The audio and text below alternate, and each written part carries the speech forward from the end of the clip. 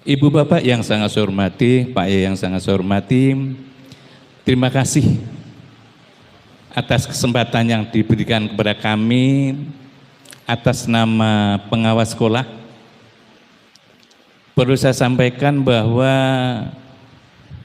saya memasuki masa purna tugas terhitung mulai 1 Oktober 2023. Insya Allah total saya mengabdi di pendidikan selama 45 tahun 7 bulan kurang lebih. Ya. Diawali dengan mengajar di SD yang non jauh di sana. Iya, tadi saya begini Bapak Ibu sekalian, kalau tadi mau disuruh nyampaikan kesan dan pesan. Kesan yang pertama begini, orang yang paling berbahagia pada hari ini mungkin saya. Ya, yang sangat berbahagia dan bangga hari ini adalah saya. Karena apa? Pondok Al-Hikam, sekolah Al-Hikam ini yang megah di tengah kota ini didirikan oleh orang yang lahir non jauh di sana di Desa Bregeng, Kecamatan Kelampis. Tahun 78 yang lalu saya kalau ke sekolah Ibu jalan kaki dari Sebuh Trogen, ya.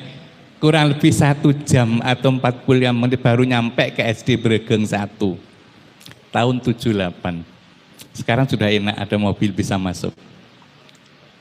Alhamdulillah buahnya diantaranya beliaunya yang sekarang sudah profesor yang perlu kita banggakan ini. Nah, kemudian kesan yang kedua ya pada hari ini adalah bahwa sekolah ini adalah kalau boleh saya katakan sebagai sekolah yang paripurna, yang lengkap maksudnya. Kenapa? Kebutuhan bekal dunia dan akhirat sudah disiapkan di sekolah ini. Iptek disiapkan, imtak ditempa di sekolah ini. Sehingga dua hal inilah perpaduan dari ilmu dan iman takwa inilah yang ditempa di sekolah ini, sehingga nanti anak-anak kita mudah-mudahan akan menjadi anak yang paripurna, anak yang sempurna, yang sesuai harapan. Kemudian yang ketiga, bahwa sekolah ini adalah sekolah yang sangat punya masa depan yang cerah. Sejak berdiri, pendirian sekolah ini saya ikut mengawal, memvisitasi dan memverifikasi pendirian sekolah hingga menamatkan 2 lulusan ya tahun ini ya Pak ya. Itu alhamdulillah berjalan sangat pesat dan muridnya pun cukup bagus. Perkembangannya seperti tadi yang bisa kita lihat, baru 2 tahun menamatkan siswa sekolah kita sudah bisa menunjukkan prestasi yang seperti itu, bukan main. Ya. Di samping itu juga saya mengaturkan terima kasih Pak Yai. Cucu saya juga tamatan dari sekolah ini. Anaknya Agung yang pertama, Bunda. Ya. Saya mengalami kesulitan waktu itu ceritanya. Ketika musim Covid dari SMP 1, cucu saya seperti anak yang bingung. Di rumah kerjanya hanya internet karena pembelajarannya online, tidak pernah ada tatap muka hampir 2 tahun. Bapak ibunya nangis ke saya, gimana Bi? Sudah ke swasta kalau, tapi saya jamin ke swasta itu bagus. Saya gitu, lalu saya ke beliaunya, saya menitipkan cucu saya. Alhasil alhamdulillah, yang namanya sikap dan tingkah laku anak-anak itu jauh sudah perkembangannya. Saya saksinya, cucu saya sendiri. Yang awalnya tidak peduli ke orang, ke rumah aja, ke kakungnya aja enggak mau. Hanya internet, komputer terus. Sekarang alhamdulillah sudah bukan main. Ketika pulang Jumatan, mampir ke rumah kakung, salim dan bukan main. Itu hasil ya daripada produk daripada sekolah ini. Nggak ngicap, itu fakta cucu saya sendiri. Ya, itu kesan yang saya peroleh Ibu Bapak sekalian pada kesempatan yang berbahagia hari ini. Terus yang kedua adalah pesan. Biasanya kan gitu ya, yang anak berusaha pesan dan kesan, ya, kesan dan pesan. Sebelum pesan saya perlu menyampaikan bahwa ketika saya memasuki purna tugas dan Bu Mutmainah pindah rayon wilayah. Sekarang pengawasnya adalah Pak Hirman Sugeng MPD, ya, Hirman Sugeng Herianto MPD, dan Bapak Zainal Abidin MPD. Beliaunya adalah pengawas senior. Ya, Pak Hirman Sugeng sekarang mengganti posisi saya sebagai koordinator pengawas sekolah Kabupaten Bangkalan. Itu yang beliaunya. Itu nanti yang akan mendampingi ibu bapak guru sekalian di sini, ya, yang akan membina dan melaksanakan tugas kependidikan yang ada di sekolah ini. Kemudian pesan yang pertama yang saya harapkan utamanya kepada ibu bapak sekalian, ibu bapak guru dan kepala sekolah. Yang pertama, teruslah belajar tiada henti untuk menuntut ilmu dan bergerak maju untuk mencapai pendidikan bermutu. Satu prinsip yang saya mohonkan, belajar tiada henti. Karena apa? Prinsip kita adalah lifelong education. Kita belajar sepanjang hayat. Apalagi seorang guru itu adalah agen perubahan. Ketika kita tidak mengupdate ilmu kita, pengetahuan kita, kita akan kalah disalib dengan murid-murid kita. Ya, itu yang harapan saya. Teruslah belajar. Belajar dari anak-anak, belajar dari alam, belajar dari tingkah laku anak-anak kita. Apalagi sekarang situasinya mungkin ketika penjenengan ibu bapak guru jadi murid dulu sudah beda.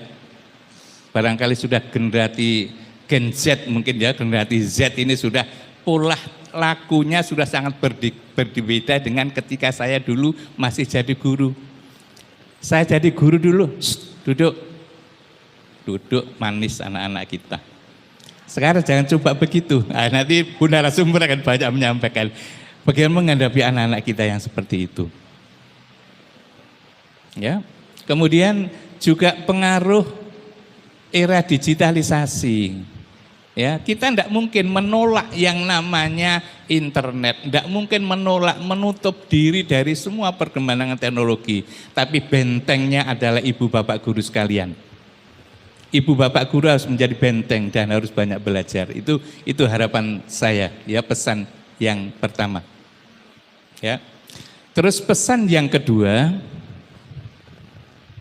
mendidiklah, mengajarlah, membimbinglah, dan melatihlah dengan hati. Saya tertarik, mudah-mudahan tidak keliru, Yai dan Ustaz Ibu sekali, mohon maaf kalau keliru. Saya pernah dengar YouTube, tapi saya mencari sumbernya, bukunya itu nge-browsing, tidak ketemu sampai sekarang.